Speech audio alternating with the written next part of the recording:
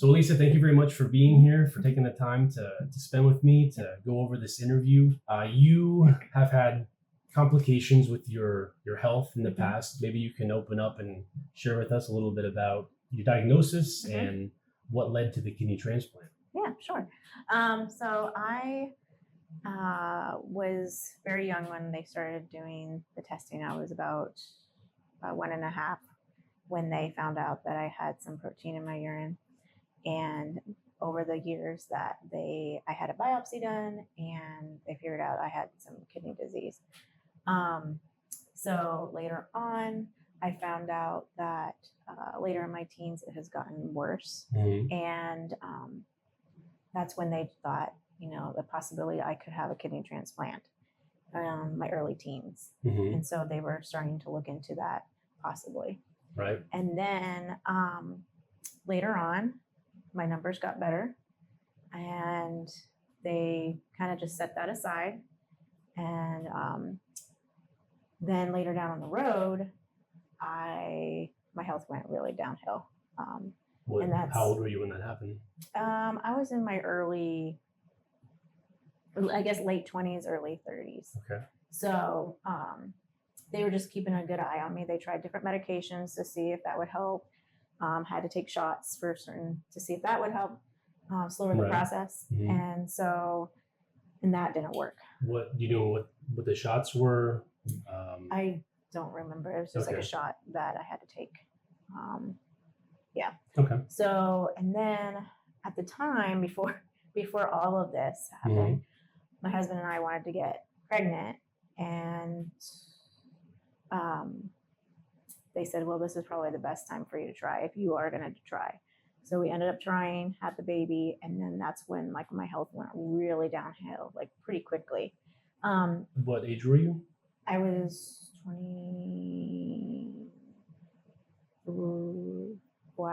was it? I think. 25? Yeah, 25, I think.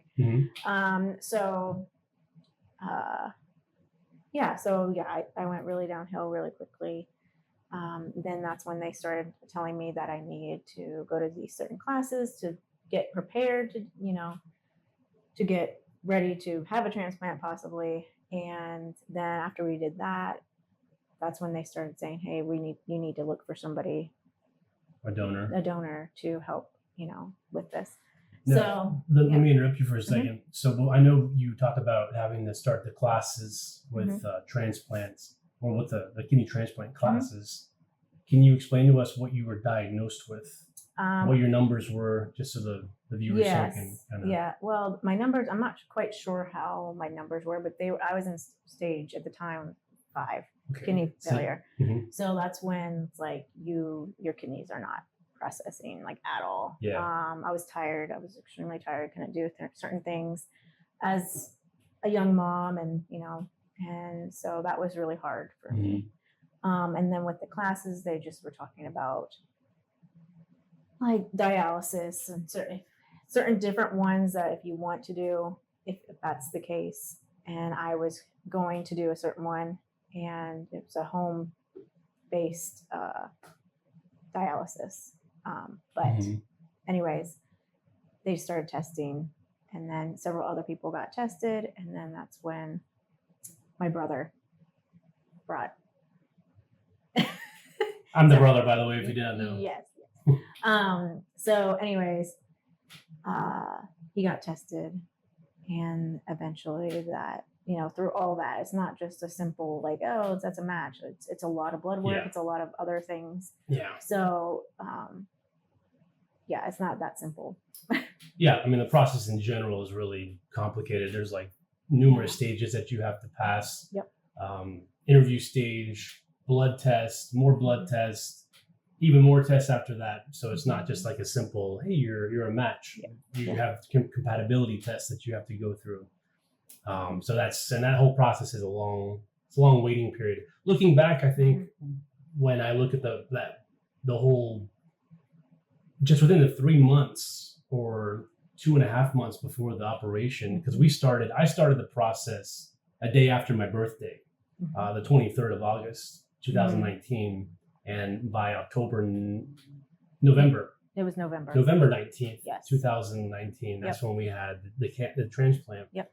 But looking in comparison with other countries and just how, that can take a year or more longer, but for us, it was just very streamlined for, a couple months. So we were very blessed just based off of her numbers. Yeah. She had, you mentioned you had stage 5 kidney disease and stage renal disease as well.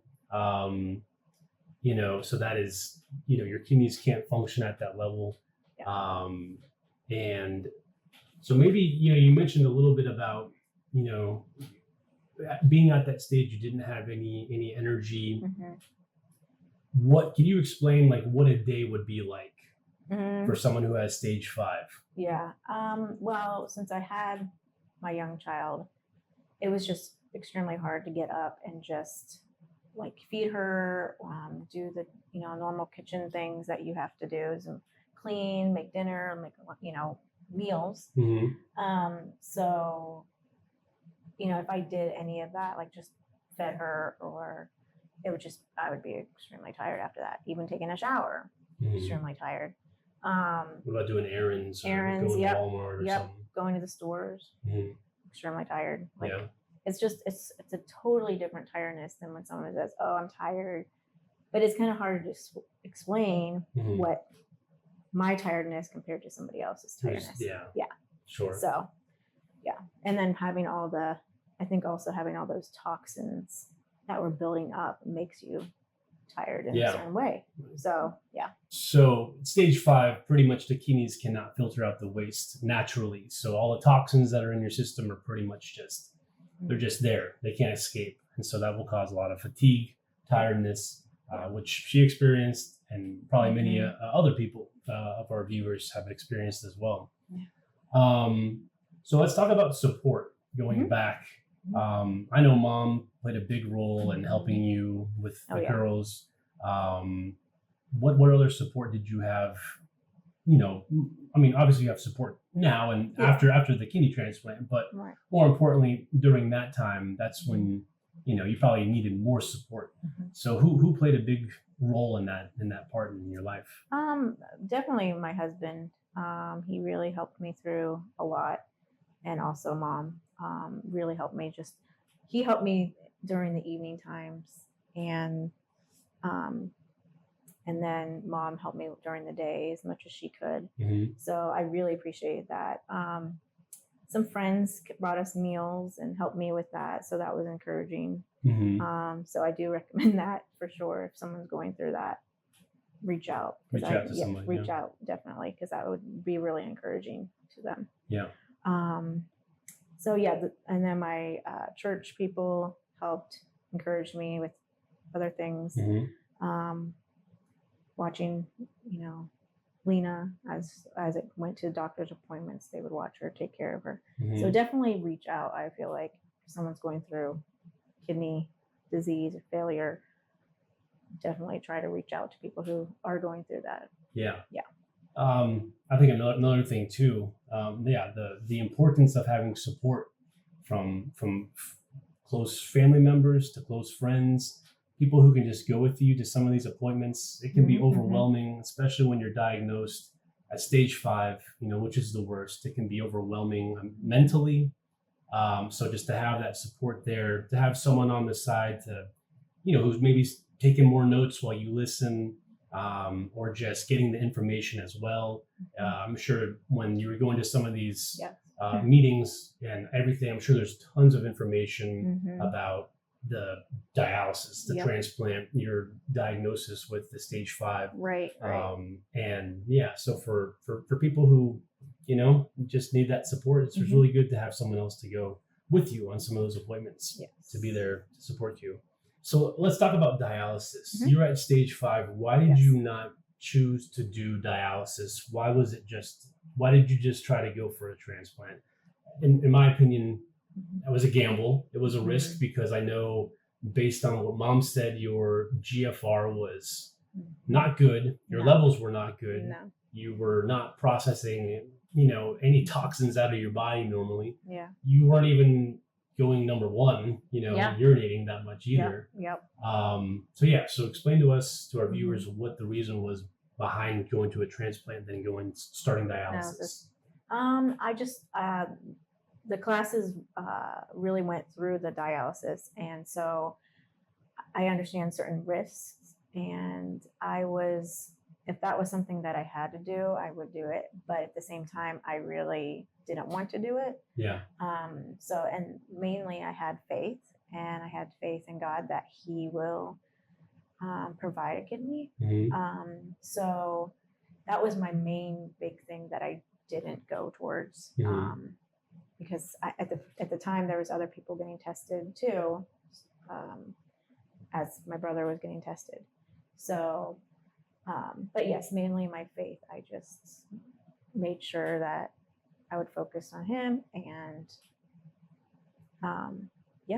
Okay. Yeah. No, perfect. Yeah. So let's fast forward. You were diagnosed, all pretty much since you were 1.5. Yeah. You had the what's it called? The biopsy. Yes. Yeah. So we knew from an early age, mom and dad, you both had, or not mom and dad, but you were with the biopsy. Yeah. They knew it very young, and you had issues with your kidneys. So fast forward, you go to these classes. What did they talk to you about in the classes? These are strictly transplant classes, or were these dialysis as well? Were they combined? Okay. Both. I did take a dialysis class. They just told me which ones were available to get done. And then also the other class was preparing before transplant, and then what you would need to know after transplant, how you should take care of yourself. Right. So with dialysis class, they went through, they had it was more like a walkthrough class. So they walked us through where you would sit and where you would, where they would hook you up and how many hours you would be. There's some that you have to be there for 8 hours. Sure. And that's, that was another thing why I chose not to, wanting to sit there for 8 hours. And that's not just for one day. It could be 3 times a week. Yeah. And I thought that was just going to be too much for me. Sure. So that was one option, is to go in and sit for 8 hours or whatever they recommend you getting done. And then there was another one that you can have done is in the evening times while you're sleeping. Right. The nocturnal. Yes. Valve, the peritoneal. Yes. And that's the one, if I had to, that's the one I would have done. Just because of Lena. But then with the transplant class, they talked about the foods that you could have, how to prepare the food, and just some. And the other class, the class did have other people who received the kidney, and so they told a little bit about their story. So that would help and be encouraging. Yeah. To hear. Sure. Yeah. So just to clarify some things, so she was talking about there's different types of dialysis. So lots of times people go to dialysis centers where they can do it there for hemodialysis. I believe they can do peritoneal dialysis as well, but for the nocturnal dialysis, you can also be at home as well and do that. And that you have to get a little operation. They put a tube in your peritoneal membrane. But that all of this is explained in another video where I interview Joe DeBella. He is he's stage 5 kidney disease, and he is in the process of going through dialysis daily, and he is doing peritoneal dialysis. So if you have a chance, check out that video if you're interested in learning more about dialysis. So let's again fast forward. You talked about me going through the process. There were other people going through the process. Once you found out that I was compatible, that I agreed to continue to go with the transplant, what did you feel? What did you feel like emotionally? Was that somewhat like It was a relief, but also just an honor to know that you were willing to go through that. Because it's a big thing. It's not something that you just feel like, hey, I'm gonna donate an organ to somebody, and you're having something come out, and place it in somebody else. So yeah, I was definitely honored to know that you went through that, because you know that's hard on you and on whoever is going to do the donating. Yeah, so it's sure. not an easy thing. Yeah, I mean, there's a lot of decisions that have to be made. My decision was probably a little bit different than other people as to why I donated. You can check out this video right here. That'll kind of tell you a little bit about the story behind our donation story. So transplant day, you know, lots of feeling for both of us, you know, Definitely. probably being a little bit nervous. Our expectations are really high. You know, we want the best, but again, you know, we know there's stories where, you know, people bailed at the last moment, or the transplant took place, but then rejection started immediately. Right. When you woke up, when you were in the hospital room, you know, can you describe to our viewers what you were feeling? I mean, obviously you're going to be tired and stuff, but maybe fast forward after the first day when you were kind of more awake and able to function. Describe to our viewers what you felt. Yeah, I mean, I just felt totally different. Of course, I had major surgery, but I felt totally like I was making urine, and I used to not be able to do that. So that was a really amazing thing to see. Just like realizing like what I went through was just kind of like a shocking kind of thing. Just realizing that this actually happened, and you know, I'm doing, you know, I'll be doing better and hopefully have a better future. Yeah. Yeah. So you were talking about how you were able to process urine, and that's one thing that I remember. You know, still, I think this was the first day I was in the hospital bed. Both of us didn't leave the hospital bed until the next day. But, you know, one of the things that my parents told me that, you know, oh, she's, you know, there's a lot of urine, and that's great because her system was just flushing out the toxins. So that was a blessing right there, just to hear about that. Definitely, yeah. So in general, could you feel the difference the first or second day after the transplant? Oh, yeah. How did you, I mean, was there more energy? More energy. Like my skin was, before transplant, my skin was just looked like I was just very sick. But then after having it and being up just a little bit, like you could tell my skin was totally, it had more color to it. And so definitely could see that. Just the energy difference, not as tired, because like, it was an amazing thing to realize it. Yeah. Oh yeah. So another thing to add to this is for the viewers out there who are interested in donating, you know, from what the doctors told me, the recipient is going to be like brand new. You know, they're going to feel great because all of the toxins are being flushed out. For the donor, it's a little bit different because, you know, we had an organ taken out and we have to heal.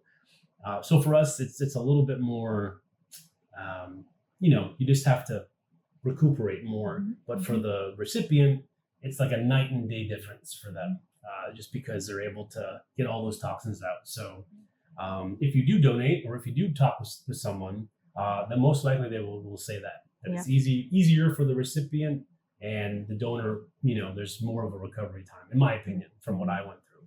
So we go home, you know, after the whole donation took place. Tell us about your first week, because, you know, doctors have to pay attention to numbers. They want to make sure that things are working correctly. There's tests that have to be done. We had our operation on Monday. We left the hospital on Wednesday, and then you had an appointment on Friday. Can you explain to the viewers what was covered in those appointment that you had to go to at VCU Health, and what happened? They did some blood work to just see how my numbers were. They were fantastic. Never seen those numbers in my life. So that was really a shocking thing to see. And normally when I did go to doctor's appointments before the transplant, I would be extremely tired. Like afterwards, just sitting in the car, is tiring. But then after the transplant, coming back home, I was totally fine. Like I was still had the energy. I was awake. I didn't say, oh, I need to go lay down. Mhm. And so I think that really hit me, realizing like how a difference it made, like Yeah. big time. And so definitely got emotional knowing that, how I felt. Yeah, yeah. I So, mean, that's yeah, like the. I mean, yeah. I guess that was kind of confirmation from the doctors. Mhm. Just doing the test and seeing those numbers. Yeah. I remember too. Josh, who is Yeah. Elisa's husband, told me on the way back, or not on the way back, but when you guys arrived at the Yeah. house, that yeah, he was like, she had energy. Yeah. Like that's really weird to see. Yes. Yeah. So to backtrack a little bit, Elisa lived with her husband in a different house. Mhm. During stage 5, it got really difficult for her, and so they both made the decision to move in with my parents as well. So during all this time, we're all at the house. I didn't leave the house. Elisa had to go. I had to go several times. Yeah, she had to go just several for the times checkups for the and stuff. checkups to Yeah. see how the numbers were. Yeah. For the donor, I had to go 2 weeks after the surgery. Mhm. That's a different story. My numbers weren't what they should have been, Mhm. but they improved over time. So Yeah. that was good. So we covered the whole donation Yeah. experience. If you could give advice to someone who is going through stage 5 kidney disease, Mhm. was looking for a donor, what advice would you give them? Mhm. I know it's hard to. I mean, it's easy to say to be patient, but the main thing is to try to be patient, be positive, because eventually you will find a match, and um, definitely surround yourself with people that will be with you, because that's also a main big thing that helped me get Mhm. through it. Definitely Having the support. Mm-hmm. Yeah. Mm-hmm. Yep. Support is definitely key in Yes. that case. Yes. For someone who's going through that. So what message do you have for people who are considering being Mhm. donors? Not just for kidneys, but for other organs as well. I honestly think it would be an amazing thing that if you did donate or consider donating, because you know that you're helping somebody, because that means that you're giving them a second chance at life. Mhm. So I think that's an important thing, but also make sure you really are serious about it, because it is big. It's a big thing. It's not an easy thing to decide. Yeah. So, I would also recommend too, for those people who are considering kidney donation, just don't make a decision. Yes, I'm going to do it. mhm. There's lots of factors involved. If you want to, that's great. I hope you can continue and pass the Mhm. test and be able to donate. In many cases, people have the heart to donate, but just due to pre-existing medical conditions, Mhm. they can't. But the most important thing out of all of this is, consult with friends and family, consult with your doctor too, to see if it's something that you should do. I'm sure they can give you some advice based on your medical history. But take some time to think about it. But again, with your decision, you can definitely impact the life of someone else, save their life, and at the same time make a positive impact in the community and Mhm. in just the lives of their families. So I Mhm. recommend doing that. So before we finish this interview, is there Mhm. anything that you'd like to share with our viewers? I mean, I definitely would say like you will also still have challenges, even though you did get a kidney transplant. You will be on certain medications for your whole life. So it's not like a immediately fixed, but it's definitely made my life change having a new kidney. So definitely want to encourage you to know that you will have more doctors with. You will have to be followed up, but And you have to follow. Maybe you can explain to us, after. I mean, obviously, when you're at stage 5, you have to be very careful with your diet, oh, yeah. phosphorus, Yeah. sodium, all of that stuff. Oh yeah, yes. After the transplant, how did your diet change? Well, I could eat certain things, but I definitely had to make sure my food was completely clean. So Okay. I would have to soak my fruits and vegetables for a certain amount of time. They recommend me not eating out for a while, just because of the certain bacterias and people Okay. being, not so careful. Yeah. So And then just other people coming around you, your Crowds. yes, You crowds. You be, have to stay away from crowds and stuff. So, that's something that you will have to consider too. Mm-hmm. Yeah. I mean, obviously, I think even looking back for both of us, we have to be careful with what we eat. Yes. Probably more so Elisa, but in my case, when I asked the doctors, how by donating a kidney, what does my future look like?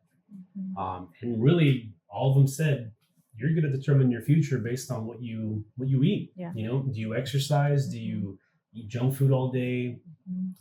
We both, just because I have one kidney, we both have to drink lots of water every day, a certain amount. It's good to drink 8 to 12 glasses, by the way. But again, it's it's just, it's important to take into consideration your health and to be mindful of what you eat within your body. Right. I have a weakness for pizza, so it's something that I have to control, but that's a different video.